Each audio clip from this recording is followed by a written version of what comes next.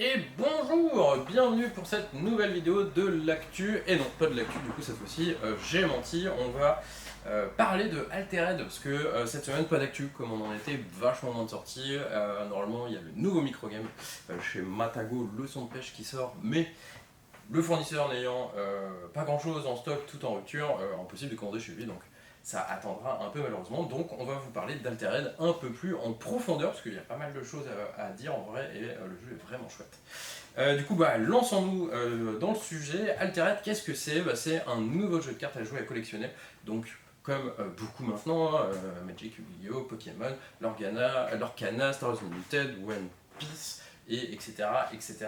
etc. Celui-ci a le bon goût d'être français, donc ça c'est plutôt chouette. Il a été lancé en Kickstarter en début d'année. Donc les Kickstarter, pour ceux qui ne savent pas, c'est une plateforme participative où les créateurs de jeux slash éditeurs, etc. Lancent un projet en disant nous on veut faire ça.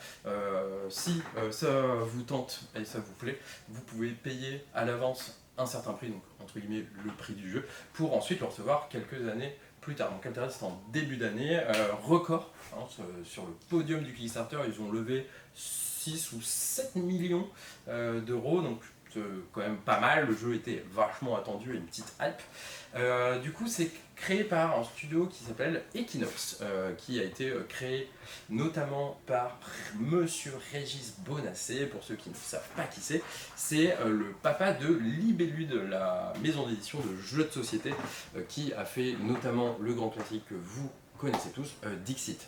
Voilà, donc c'est quelqu'un dans le milieu qui aime beaucoup les jeux qui sont très bien édités en termes d'illustration. Vous va y avoir tout un jeu là-dessus, et du coup on va retrouver un peu cette patte dans Altered, parce que les illustrations, il y a milliards d'illustrateurs qui ont participé et c'est vraiment très beau, ça pour le coup c'est une grosse réussite. Voilà, donc ça c'est pour la petite story. C'est sorti un peu en avance là en mi-juillet, fin juillet, parce que nous avons, comme beaucoup de boutiques bien entendu, participé au Kickstarter, donc on a reçu des produits un peu à l'avance, parce que la sortie c'est que le 13 septembre. Donc maintenant il va falloir patienter, parce que c'est tout en rupture bien entendu, à part les decks de démarrage qui sont là. Donc si après la vidéo le jeu vous plaît, n'hésitez pas à passer, on a encore tous les decks de démarrage de dispo, en tout cas quelques-uns, donc faut pas hésiter, ils sont encore là. Du coup, Altered, comment ça fonctionne? On va jouer un contre un, il y a sûrement des modes multi, j'avoue que j'ai pas poussé. Ben, tu sais pas trop non plus. Donc voilà, c'est surtout du 1 contre 1. Après, il y aura sûrement des formats limités comme tout jeu de cartes, scellé, draft, etc. Mais c'est surtout du 1 contre 1. Chaque joueur va avoir son deck à soi. Donc un deck de 39 cartes plus une qui sera votre héros. Hop, donc par exemple là c'est un héros action. Parce que dans le jeu, vous allez avoir 6 clans que vous avez sur les 6 decks préconstruits forcément. Du coup, je vais les lire parce que je ne les connais pas tous par cœur, j'avoue. Vous avez les axiomes qui sont un peu plus basés sur des cartes qu'on appelle des repères, des permanents. Vous avez les bravos qui sont basés sur très agressifs. On va mettre beaucoup de choses en jeu. Vous avez les lyras qui ont une petite mécanique de lancer de dés. Donc dans celui-là, il va falloir avoir des dés pipés pour gagner. Pardon. Vous avez Ordis, un peu en mode on va mettre pas mal de jetons en jeu, les booster, donc un peu un genre de mid-range float de board, on va dire ça comme ça. Izmir, ça va être la faction contrôle, on va jouer des sorts pour renvoyer les créatures dans les mains, dans les trucs, dans les bidules, un peu plus en mode on va gagner sur la durée. Et vous avez Muna qui, eux, essayent de faire en sorte que les créatures restent en jeu le plus longtemps possible pour grossir de plus en plus. C'est comme vous allez le voir, les créatures ne restent pas forcément en jeu. Voilà, donc ça c'est les 6 clans, parce que j'en parle, parce que votre deck ne doit contenir que des cartes d'un seul et même clan qui correspond au héros que vous avez choisi, voilà, tout simplement. A noter que dans Altered, vous avez plusieurs degrés de rareté. Vous en avez 1, 2, 3, 4 précisément. Vous avez commune, vous avez la version rare de la commune, je vais vous expliquer ensuite ce que ça change.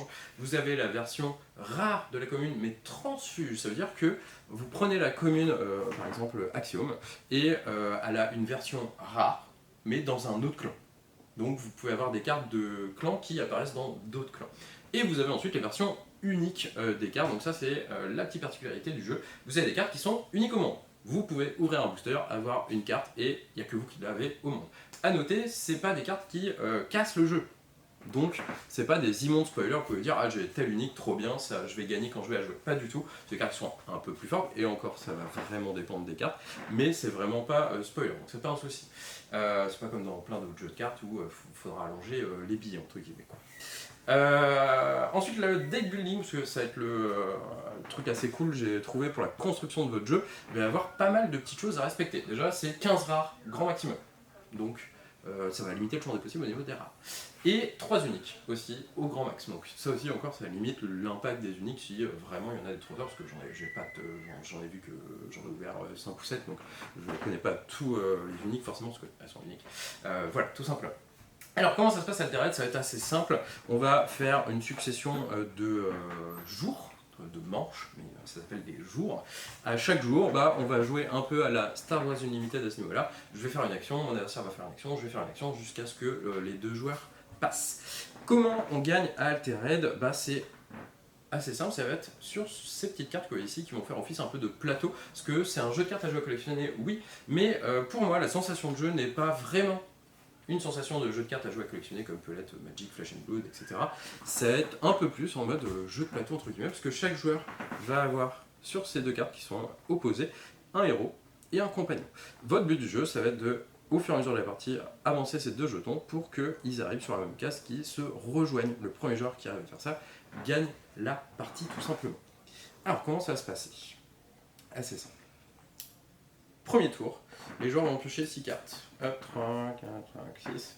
Sur ces 6 cartes, il y en a 3 que je vais mettre en mana, comme l'Orcana, par exemple, le plus récent pour ceux qui connaissent. Hop, et ensuite, on va pouvoir jouer tout simplement. Et ensuite, à chaque tour, je vais piocher 2 cartes. Et ensuite, parmi ma main, je vais pouvoir choisir une carte pour la rajouter de nouveau dans... alors, c'est pas des manas, on va dire ressources, que mana c'est Magic, mais des formations professionnelles. Voilà, tout simplement. Ensuite, les cartes, comment ça se passe? Parce qu'il va falloir les jouer, il va y avoir un petit truc assez rigolo. Vous allez soit les jouer dans l'expédition de votre compagnon, soit dans l'expédition de votre héros. Pourquoi? Les cartes que vous allez jouer dans l'expédition de votre compagnon vont servir à faire avancer votre compagnon. Les cartes dans l'expédition de votre héros vont servir à faire avancer votre héros, tout simplement. Du coup, on va passer à l'anatomie des cartes, du coup, différents types de cartes, précisément. Vous allez avoir les personnages, les créatures, ou vous les appelez comme vous voulez, on va les appeler les personnages parce que c'est écrit personnage. Alors ça va être quelque chose que vous allez jouer donc, dans les expéditions. Le bleu, ça va être le coût qu'il va falloir payer pour la jouer depuis votre main. Le petit chiffre qui est juste en dessous ici, ça va être le coût à payer pour la jouer depuis votre réserve. Donc ça, je vais y venir ensuite. Et ensuite, vous allez avoir 3 statistiques ici. Ça va correspondre aux 3 types de terrains que vous allez rencontrer pendant votre voyage. Vous allez avoir la forêt, la montagne et les îles, la mer, la flotte, etc. Du coup, en fonction de ces stats, la carte est plus ou moins forte pour faire avancer vos expéditions. Donc ça, c'est les créatures. Ensuite, vous avez les sorts. Donc les sorts, même anatomie au niveau du coup de mana, vous avez un coup pour jouer la carte depuis votre main et un coup pour la jouer depuis votre réserve. Vous jouez le sort, vous faites l'action et la carte est défaussée. Ou pas. Ça va dépendre de ce petit trait qu'on appelle fugace. Alors, je vais parler maintenant de la réserve. En fait, à chaque fin de manche, parce que quand vous jouez une créature, vous la jouez dans une expédition de votre compagnon, de votre héros, comme je vous l'ai dit. À la fin de la manche, tout ce que vous avez joué, ça dégage. Donc ça c'est le petit truc aussi innovant que normalement ça reste en jeu tant que c'est pas détruit, etc. Là il n'y a pas de destruction, il n'y a pas d'affrontement direct comme je vous ai dit, il va falloir rejoindre vos deux personnages. Donc on va pas se bastonner à coup de je sais pas quoi. Toutes les cartes sont défaussées mais vont pas vraiment dans la défausse, elles vont en premier temps, la plupart du temps, dans votre réserve. Parce que quand vous avez des cartes dans votre réserve, vous pouvez les jouer depuis votre réserve pour le coup indiqué ici le coût de la réserve. Donc par exemple ma petite créature qui coûtait 3 depuis ma main, elle coûte que 1 depuis la réserve. Donc si je l'ai joué au premier tour et au deuxième tour je souhaite la jouer, j'aurai juste à payer 1 pour la faire revenir. Mais vous dites, ouais mais attends, la carte est défaussée tout le temps, donc elle revient tout le temps dans la réserve, c'est un peu débile. Pas du tout. Parce que quand vous jouez une carte depuis votre réserve, elle va gagner le trait fugace qui est indiqué sur ce sort. En fait tout ce qui est fugace, quand ça doit sortir du plateau, de n'importe quelle manière en soi, elle va être défaussée. Elle ne va pas aller dans votre réserve, elle va aller dans votre défausse. Donc là, à la fin du tour, comme cette carte, je l'ai jouée depuis ma réserve et qu'elle a gagné le trait fugace, bah, elle va être défaussée, donc elle ne va pas retourner dans la réserve. C'est pour ça que la plupart des sorts ont fugace. Quand vous le jouez depuis de votre main, il va être tout de suite défaussé. Mais pourquoi vous me dites, bah, il y a un coup de réserve, parce qu'il va y avoir des effets, forcément, qui vous permettent de mettre cette carte dans votre réserve pour ensuite la jouer depuis la réserve, tout simplement. Donc ça c'est le deuxième type de carte, et après vous en avez un troisième, et normalement c'est tout à part les jetons, mais les jetons, entre guillemets, tout le monde connaît. Vous allez avoir les permanents. Alors les permanents, qu'est-ce que c'est? Bah, par rapport aux créatures, aux personnages, les permanents, comme le nom l'indique, restent en jeu. À la fin de chaque manche, ils ne sont pas défaussés. Donc c'est quelque chose qui va rester à première vue toute la partie en fonction de combien vous en mettez. Ça, je vais y revenir plus tard. Donc voilà, tout simplement, ça c'est les types de cartes. Donc on va faire, je prends le deck dans ma main, ce sera entre guillemets plus simple pour vous montrer un petit truc. Donc bah, pour jouer une créature qui coûte 2 depuis ma main, bah, j'engage 2 ressources et je vais la jouer dans une de mes expéditions. Hop, j'ai joué une carte, c'est à mon adversaire de jouer. Lui va faire pareil. On va dire qu'il va la jouer dans l'expédition de son héros aussi. Et ensuite, c'est de nouveau à moi, bah, je vais repayer 2 pour jouer quelqu'un ici. Hop, ça on a sert de jouer, lui il passe, je décide de passer aussi parce que je n'ai plus de ressources. Fin de la manche, fin du jour. À ce moment-là, on va regarder quelques petites choses. Comment on avance? Parce que c'est ça le cœur du jeu. Du coup, on va regarder où sont les cartes dans quelle expédition. Donc là, on a une carte dans une expédition héros pour ce joueur, une autre dans l'expédition héros aussi pour ce joueur-là. Elles vont pas s'affronter, on va comparer les valeurs. Parce que comme vous pouvez le voir sur la carte ici, il va y avoir les types de terrain. Du coup là, on a les 3 types. Donc on va regarder les 3 valeurs. Donc là, on a 3 en feuille, 1 en feuille, donc lui il l'emporte. Ça lui suffit de avancer d'un cran. Une seule valeur au-dessus de l'autre suffit pour l'emporter. Il va falloir faut pas que tout soit supérieur. Mais le petit truc du jeu qui fait que c'est assez malin, là il y a 3 en flotte. Et là, il y a 0 en flotte. Donc ce joueur l'emporte aussi. Il avance aussi d'un cran. Attention que vous remportez sur 1, 2 ou 3 critères, quoi qu'il arrive, vous avancez que d'une case. Qu'on soit d'accord. C'est pas parce que vous remportez les 3 critères par rapport à l'autre que vous en avancez de 3 4.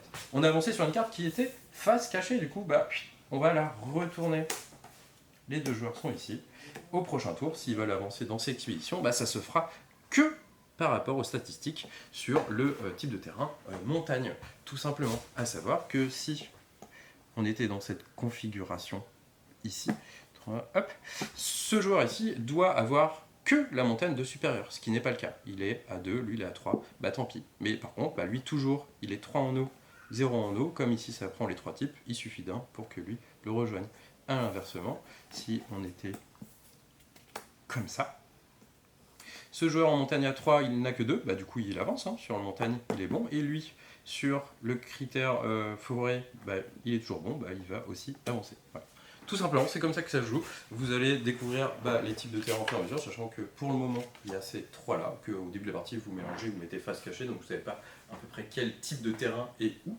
Et ensuite, après avoir fait cette étape de combat, je sais pas comment on appelle ça, de confrontation, disons de majorité, exactement, c'est vrai que ça fait plus de la majorité sur certains critères, bah, toutes les cartes jouées vont soit dans la réserve, si elles n'ont pas le trait fugace, si elles ont été jouées depuis la réserve déjà, elles vont dans la défausse, tout simplement.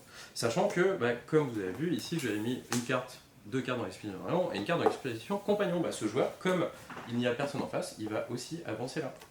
Du coup, vous avez 2 terrains pas de chasse, pas de combat, parce que c'est pas de la confrontation, 2 terrains d'aventure qu'il va falloir considérer tout au long de la partie.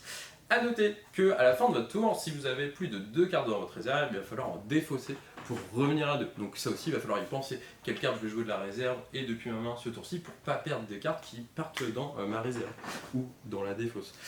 Donc ça va être vraiment un jeu comme ça de timing qui est super intéressant en vrai, parce que c'est vraiment, comme je le disais, un ressenti différent du jeu de cartes à jouer et à collectionner dont on a l'habitude. Donc ça c'est assez chouette. Le petit truc des cartes uniques là, seul au monde, bah ça rajoute le petit truc aussi que pendant une partie, bah vous savez qu'il y a 3 cartes chez l'adversaire, vous les connaissez pas. Vous savez pas ce que c'est. Et du coup ça c'est assez chouette aussi, ça fait un peu le lore du jeu, le mode aventure, découverte et pendant une partie, donc ça aussi c'est assez chouette. Ça c'est vraiment cool. Et en termes de gameplay, bah, j'ai à peu près tout dit je pense, Benjamin. Je pense qu'on est bon, ouais, c'est ça. Du coup c'est assez cool. À noter, comme je vous l'ai dit, vous avez plusieurs degrés de rareté. La carte commune. Donc là, elle appartient au clan Izmir. Pour 5 ou 3, c'est 3-2-2 avec un effet. Vous avez la version rare de la carte. Donc là, il y a plusieurs trucs qui changent, parce que c'est la version rare, donc elle est mieux. Tous les trucs qui changent sont en jaune. Donc là, vous avez le petit chiffre en jaune, ça veut dire que c'est un changement par rapport à la carte commune. Ici, pareil, la petite flèche, elle est en jaune, donc c'est un changement, parce que normalement, c'est une main, c'est une flèche. Bah, ça aussi, je vais le dire, d'ailleurs, j'en ai pas parlé. Nul. Et après, c'est les mêmes stats, parce que comme vous pouvez voir, c'est les chiffres normaux. Et ensuite, vous avez la version de la carte rare transfuge.